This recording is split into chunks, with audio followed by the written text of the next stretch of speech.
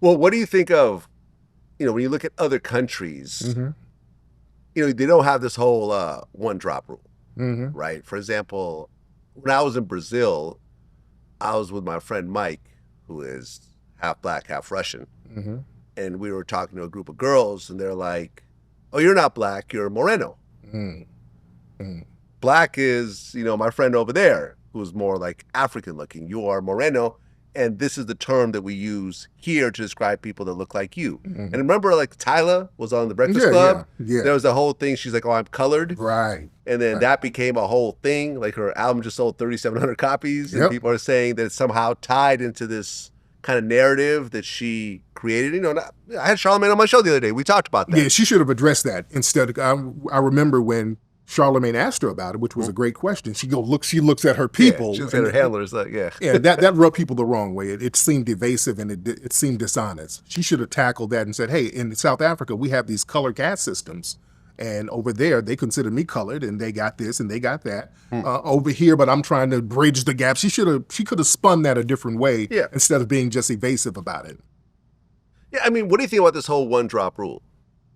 That's from the white supremacists. See, I agree. Yeah, I think it's stupid. Yeah, that's the white supremacists. That was something for them to stop miscegenation. That was for them to scare white women, to let them know, look, if you get with this brother, you're gonna have a black child, and all of your offspring is going to be black. That was something to scare white women away from messing with brothers. Really? Because white men, they were going roughshod on the plantations, creating whole races of people.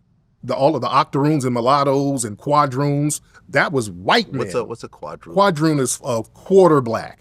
Yeah, that's okay. A quarter black. Quad. Okay, yeah, quadroon. So octoroons, but all of these racial categories, these Creoles, that was white men doing that, having sexual relations and forcing sexual relations with black women. So that one drop rule, all of a sudden there's this one drop rule. If you're getting one drop of black blood makes you black. That was something to put on the white women to stop miscegenation going in that direction. They had to so-called protect white women from the sexual black brute. And that's where all the lynchings and all of that. The white feminist movement came from that too. Yeah, look, at the end of the day, like I said, I have biracial kids, and they know they're black, but they also know they're Jewish. They also know they're Russian. They also know they're Ukrainian. They celebrate Christmas. They also celebrate Hanukkah. I want them to know about all of their cultures and everything they come from. I've done DNA tests. I have Bedouin roots, which is like, from the Middle East and so forth. Like, they should embrace all of this. I don't think anyone should say, well, because society says I'm this, then I'm just this. And I'm going to ignore all the other sides of who I am. Right. You should embrace it all. And it should be the same with foundational black Americans. We should be able to say, hey, look, we don't have to give props to some African warlord from 2,000 years ago that we really have no connection with. We got great ancestors here. We got Ida B. Wells here. We got Rosa Parks here. We got Frederick Douglass here.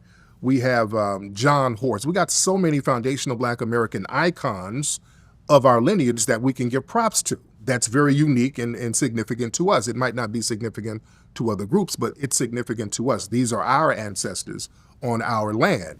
So we should be able to give props to them and pay homage to that history without people saying that we're divisive for doing so, because when they do it, it's not divisive. Do you know about Plessy versus Ferguson? Tell me about this case. Plessy versus Ferguson, that was, is that the one in Louisiana? That 9/10 black ain't black enough. Right. That's where that term comes from. Right. Yeah. From what I understand, that's the Louisiana one, right?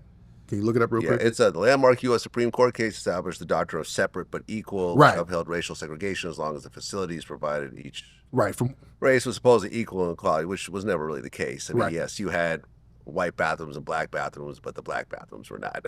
Yeah, so what it was in that, like the white bathrooms. So what I remember in that case, I think it was down in Louisiana. This guy was a Creole. He was Creole. He could pass for white, and he got on a train. Exactly. Right. He got on the train. They told him to get off. Yeah, they told him to get off because a black person recognized him. He was passing for white, but somebody black recognized him. There you go. Yeah, and they're like, oh, this. Yeah, and he's like, well, I'm 9/10 white. Yeah, they're like, ain't white enough. They ain't white enough. Right. So you're gonna have to separate. You got to get back there in that Jim Crow car. Yeah. And that's where the whole separate but equal thing. But it was never equal.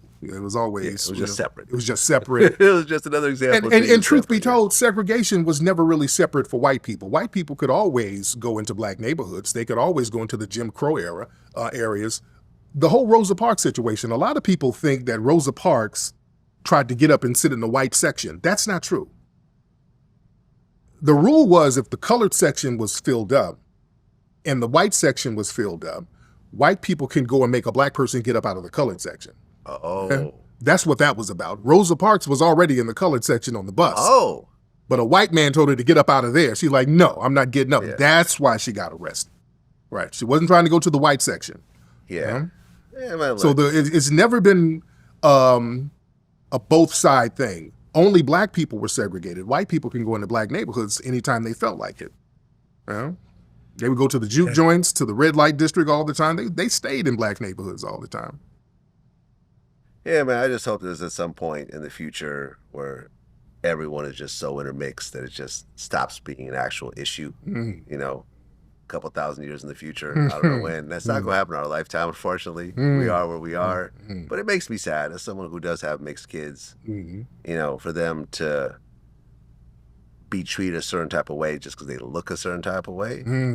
It's just sad. It's sad. And like I said, this whole thing with my comments, they came from a good place. You think so? I think so. I think so. They did. Because really, it was really more of a unity thing. It wasn't more of a like, oh, let's keep. I didn't get behind either party and say. Yeah, and when people talk about unity, every time we talk about our lineage, the conversation gets into unity. Listen, whether we want to unify or not, there's 43 million foundational black Americans. It's 43 million plus. Some want to unify, some might not. That doesn't have any bearing on their lineage. You understand? There's some Jewish people who want to unify with people. There's some Jewish people who don't. Right. You don't stop being Jewish. You know what I'm saying? True. Right, because it's a race thing. It's a right. As well as a religion thing. Right, exactly. Yeah. It's going to stay that, no matter what your ideology is. And what happens is when it comes to us talking about our lineage, people try to collapse the conversation into individual choices. Yeah, there might be somebody who don't want to unify, but that's an individual choice. That doesn't have any bearing on the lineage. Your lineage is still your lineage. That's what we want people to recognize. There's nothing to really negotiate. People are like, well, what about this? Our lineage is foundational. That's nothing, you can't change that. We were here at the very beginning. The United States would not exist if it were not for foundational black Americans. The people who were here at the very beginning who stood on business. Yeah, and were forced to do labor for free, which allowed the country to grow more quickly than if you had to actually pay those people. And I'll use the argument, that's like Michael Jackson making Thriller. Michael Jackson made the best album in recorded history, the biggest selling album. I agree. People will say, well, Joe Jackson was abusive and forced him to do all that stuff. And Joe Jackson pushed him, but you don't give credit to Joe Jackson. You give credit to Michael Jackson. Yeah, by that time, Joe Jackson was not in the picture in the same way. But still, but let's be very clear. Yeah. And even Michael said if it wasn't for Joe really putting that on him, Joe made him. Joe was a maniac. Yeah. I met Joe before. Oh, yeah. He kind of snapped at me a little bit during our meeting. Yeah. Oh, damn. Yeah. You notice we took a picture together. I tried to put my arm around him. Don't put your arm around me. Oh, damn. I said, okay, my bad. Yeah, Joe wasn't nothing to play with. Joe wasn't nothing to play with. But that, even though they said Joe kind of went overboard, he made Michael great. Joe made Michael great. Yeah, I would agree. Yeah.